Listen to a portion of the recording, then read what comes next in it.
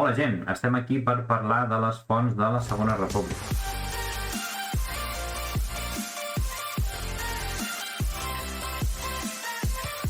La Segona República també és un ventall de fonts del catalanisme durant la Segona República, i que per tant tenim moltes possibilitats de que ens toquin la selectivitat a una d'aquestes fonts, que tinguin a veure amb la República, sigui el primer bienni o sigui el segon, però que des de l'àmbit del catalanisme.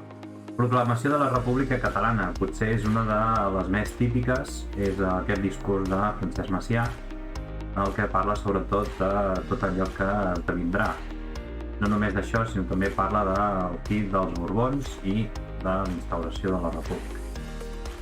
És una font del 14 d'abril de 31 i que per tant també ens dona a entendre tot el que ha passat també en el pacte de Sant Sebastià. La Constitució de la Segona República Espanyola és una font que no acostuma a sortir, el que passa que apareix de tant en tant. És una font que no té gaire suc, no té gaire joc i que és bastant senzill.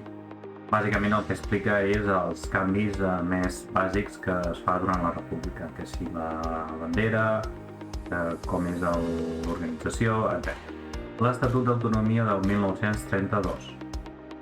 Acostumen a sortir aquests articles, l'1, el 2 i el 8. A vegades hi ha algunes fonts en què només surt l'1 i el 2. Poca cosa també a comentar, no és un dels que acostuma a sortir tant, però aquí hi està. Un que tampoc acostuma a sortir és aquesta propaganda sobre el referèndum català, òbviament. Estem parlant d'una situació on el referèndum no està ben rebut per alguns sectors i que està molt ben acceptat pels sectors catalanistes, mentre que el govern espanyol l'accepta, però sí que intenta fer uns petits canvis. I així s'ha fet. Aquest estatut, doncs, parla sobretot del tema de la polèmica. Llavors aquí és tot el tema dels referèndums que es fa a Catalunya sobre aquest estatut. Les eleccions al Parlament del 1932, el Parlament català, amb la victòria d'Esquerra Republicana de Catalunya. També veiem, doncs, la Lliga Regionalista com queda en l'oposició, però perdent molta força.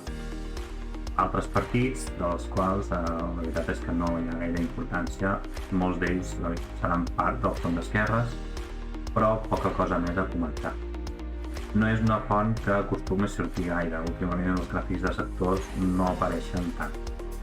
Apareixen més taules estadístiques i text. Com veieu, tots aquests continuen sent de l'àmbit català.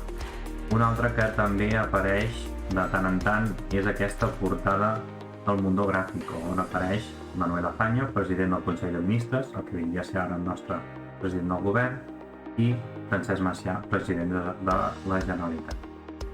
La part bona d'aquesta font és que la descripció ja us la fan. El text del requadre, de la portada i diu, i tot això vindria a ser la descripció. Per tant, és una font molt agraïda de trobar. Per fi una font que només ens parla més o menys d'Espanya, que és la reforma militar. En aquesta doncs veiem tots els militars, més aviat els càrrecs, que desapareixen. I la diferència entre 1931, és a dir, quan s'instaura la República, i quan s'aplica aquesta reforma militar. Aquesta font secundària de Manuel Azaña, publicada temps després, és sobre el tema agrari. Ens parla de tot allò que pensava Azaña, de com estava la situació agrària a l'Espanya del moment. La diferència entre l'Espanya rural i l'Espanya urbana, a més el tema de com les terres que ben petites eren poc productives i persones que a més tenien moltes terres. Llavors aquest repartiment que no era equitatiu. També el problema de l'atur agrari. Casas Viejas, una de les fonts que pot sortir és aquesta font de Casas Viejas i tot i haver-hi d'altres, aquesta potser em sembla que és l'última que va sortir. Veiem els guàrdies civils amb algun inspector, etc.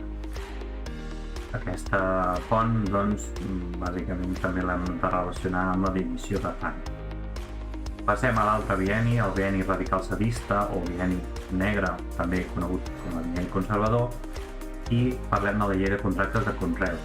Aquesta llei de contractes de conreu és un problema que arrossegava Catalunya des de feia molt de temps, aquells contractes de rabassaires, i aquesta llei que fa el Parlament, però que més endavant serà considerada il·legal, ja que la contrarreforma o la reforma de la reforma agrària farà que xoqui aquesta llei de l'Estatut amb la llei constitucional. Hi ha diverses fonts dels fets d'octubre. Una és aquesta, que hem d'identificar Lluís Companys entre les persones que estan empresonades. No és una font que surti últimament. Segurament pel fet de la figura de Lluís Companys ja no queda tant en la retina dels estudiants d'avui en dia. No obstant, aquí es dona peu igualment a explicar tots els fets d'octubre a Catalunya. Un diari que ens explica el triomf del Front Popular, o Frente Popular. Parla de la victòria de les esquerres i, bàsicament, això són les eleccions del 1936. No ens diu gaire cosa més, parla de coses que ja se sap. Es parla de Lerroux, es parla de la FEDA, es parla fins i tot de Cambó, de la Lliga Regionalista, i, bàsicament, no el que diuen els titulars. És una font que té molt text, però bàsicament ens hem de centrar en els titulars i en les lletres grosses, poca cosa. Les eleccions del 33 ens porta a que la dona pugui votar i per tant apareix aquesta font. Aquesta font concretament és de Catalunya, és el diari de la Generalitat de Catalunya i bàsicament estableix la posició de la dona en l'època. Anem a parlar d'algunes fonts que no acostumen a sortir o que fins i tot posaria la mà al foc que no sortiran. Un dels casos és els casos dels pòsters. Els pòsters, al ser de color, la gent de selectivitat és tan rata que no vol imprimir els exàmens de color i per tant és molt possible, per no dir gairebé segur, que no apareixen. Per què? Perquè es necessita, identificar aquests colors, sobretot en aquest cas tenim a Companys amb la senyera al darrere i també els símbols de la República amb el lila o el porpra en una de les banderes. Aquí tenim dos fonts que una de fet és polèmica. La primera tenim Todas las mujeres de Madrid han ido a votar. És una font que té sentit en el cas de que sigui força gran per poder llegir totes aquestes lletres petitones que hi ha.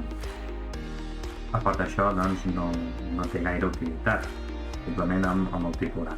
Però la part interessant és el que us comento de tot el que diu aquí. No és precisament la impopular. La impopular és aquesta revolució d'Astúries, de 1934, que de fet la fotografia no serveix per res.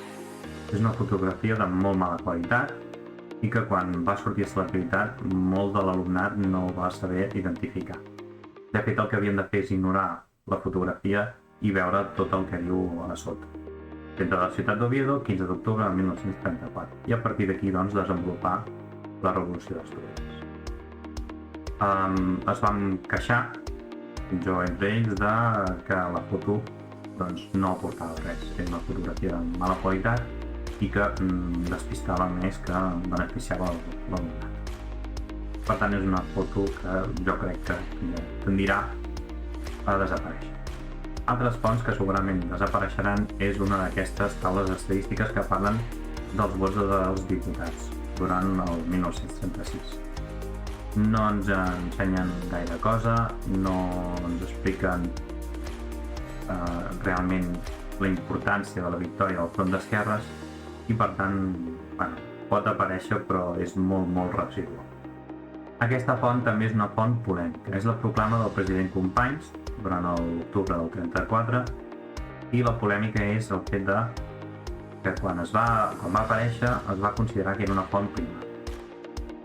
Sí, és cert que el text és una font primària, però la problemàtica és d'on ve la font. La font ve d'un recull de textos històrics i per tant tot aquest recull, al ser com si fos un llibre d'història, hauria de ser una font secundària.